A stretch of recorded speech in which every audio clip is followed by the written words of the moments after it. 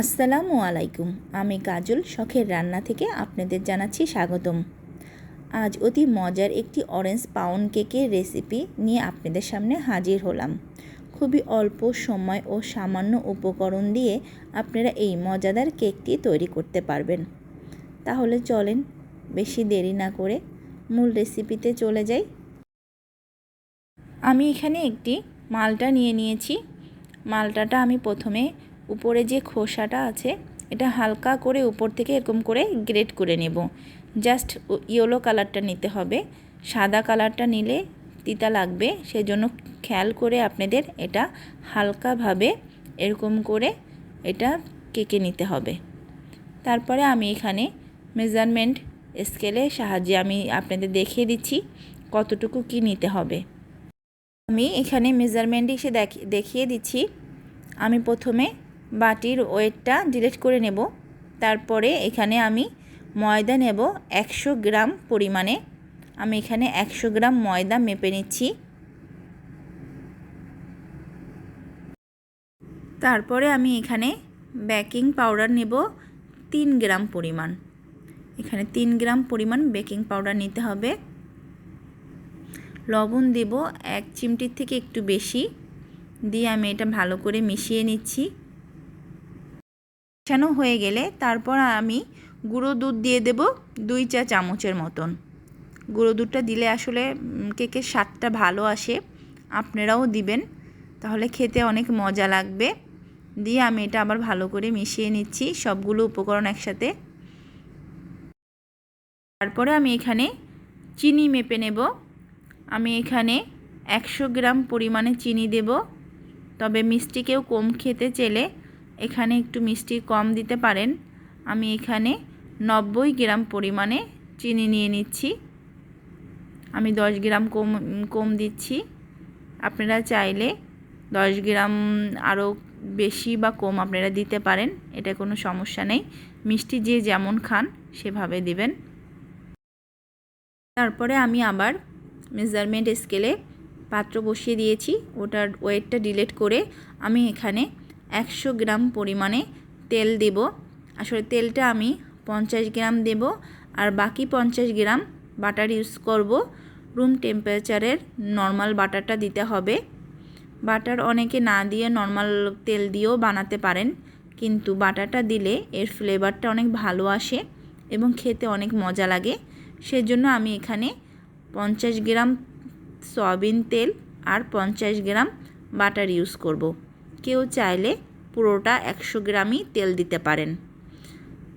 আমি এখানে বাটারটা মেপে নিচ্ছি 50 গ্রাম পরিমাণে। আমার এখানে বাটার আর তেল মাপা হয়ে গেছে।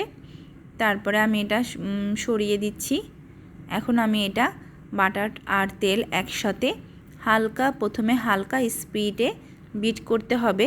কিছুক্ষণ আমি এটা বিট করে নেব। এভাবে বিট করা হয়ে গেলে অল্প অল্প করে যে চিনিটা আমি রেখেছি, আমি এখানে অল্প অল্প করে সেই চিনিটা দেব আর বিট করব। আমি এখানে চিনিটা দিয়ে দিলাম।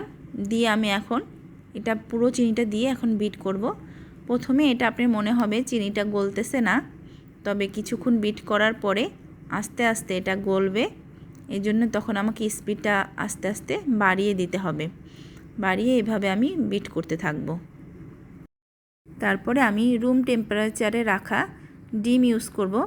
আমার এই কেকে 2টা ডিম লাগবে। আমি প্রথমে একটা ডিম দেব, দিয়ে এটা কিছু টাইম বিট করে নেব। তারপরে আমি আরেকটা ডিম ইউজ করব। প্রথমে আমি একটা ডিম দিয়ে নিলাম, দিয়ে এটা আমি একটু ভালো করে মিশিয়ে নিচ্ছি বিটারের সাহায্যে। তারপরে আমি এখানে আরেকটা ডিমও দিয়ে দিলাম। আমার 2টা ডিম দেওয়া হয়ে গেছে। তারপরে আমি ভালো করে এটা বিট করে নেব। একদম সাদা হওয়া পর্যন্ত এটা আমার বিট করতে হবে। বিটটা যত ভালো করে করবেন কেকের ফোমটা তত সুন্দর হবে আর কেকটা অনেক সফট হবে। এভাবে ঘুরিয়ে ঘুরিয়ে আমি বাটিটা ভালোভাবে ঘুরিয়ে ঘুরিয়ে এভাবে বিট করতে থাকব। এখানে আমি কমসে কম 4 থেকে 5 মিনিট এভাবে বিট করব। ভালো করে সাদা হওয়া পর্যন্ত আমি এই বিটটা করতে থাকব। আমার বিট করা হয়ে গেছে। এখন আমি এখানে অরেঞ্জ এসেন্স দিয়ে দেব এখানে 1 চা চামচের মতন অরেঞ্জ ফ্লেভারটা দিয়ে দিলাম, দিয়ে নিচ্ছি। তারপরে আমি এটা আবার হালকা করে বিট করব। তারপর আমি একটু বিট করে নিলাম।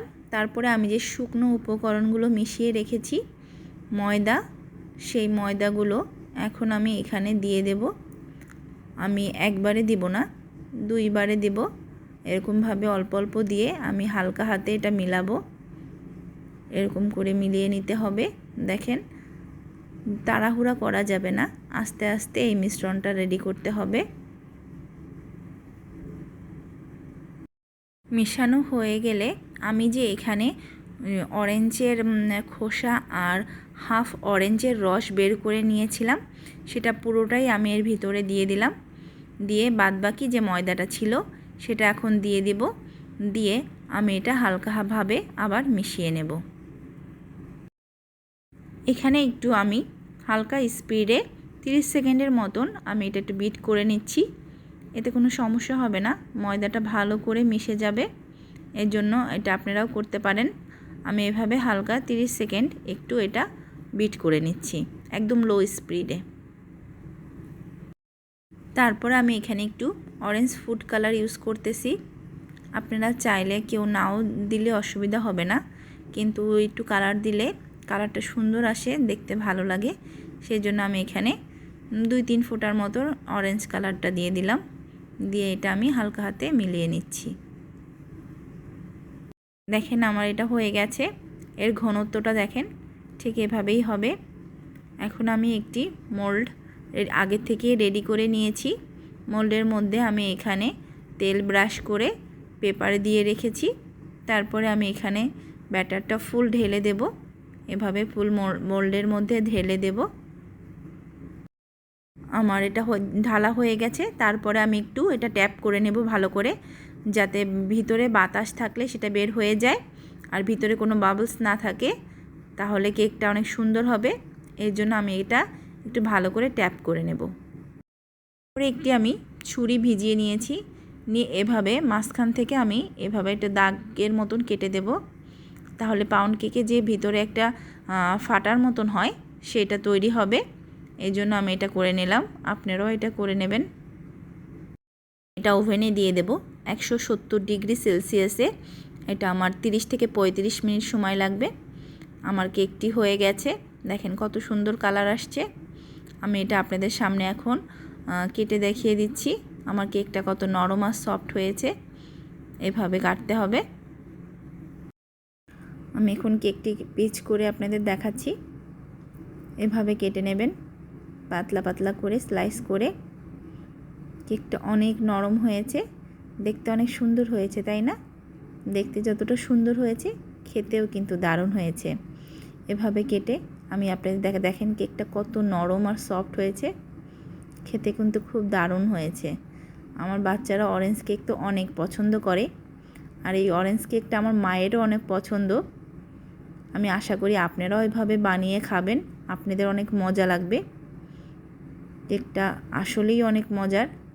চায়ের সাথে বিকেলবেলা বা বাচ্চাদের টিফিনে আপনারা এরকম করে দিতে পারেন, বাচ্চারাও অনেক মজা পাবে। তাহলে কেমন হলো আমার এই রেসিপিটি? লাইক কমেন্ট করে জানাতে ভুলবেন না। যদি ভালো লাগে তাহলে আমার চ্যানেলটিকে সাবস্ক্রাইব করবেন, আমার সাথে থাকবেন। আর এরকম মজার আরও অনেক রেসিপি নিয়ে আমি আপনাদের সামনে হাজির হয়ে যাব। আমাকে সাপোর্ট করবেন। আজ তাহলে এ পর্যন্তই। আল্লাহ হাফেজ।